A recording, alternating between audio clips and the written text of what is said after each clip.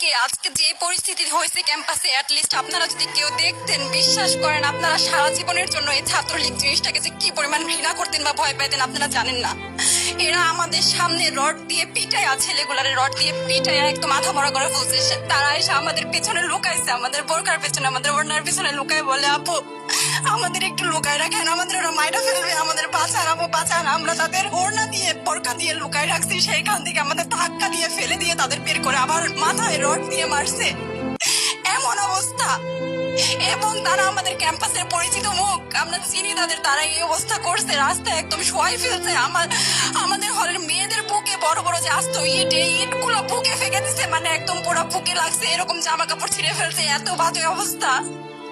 অথচ আমার ব্যাচমেট, আমরা যাদের সাথে ক্লাস করি একসাথে বসে, আমি তাদের একটা কথা বলতে দেখি না এগুলো নিয়ে, একটা কথা না। এবং তাদের নিউজ ফিডে গেলে দেখবেন তারা এখন এগুলাই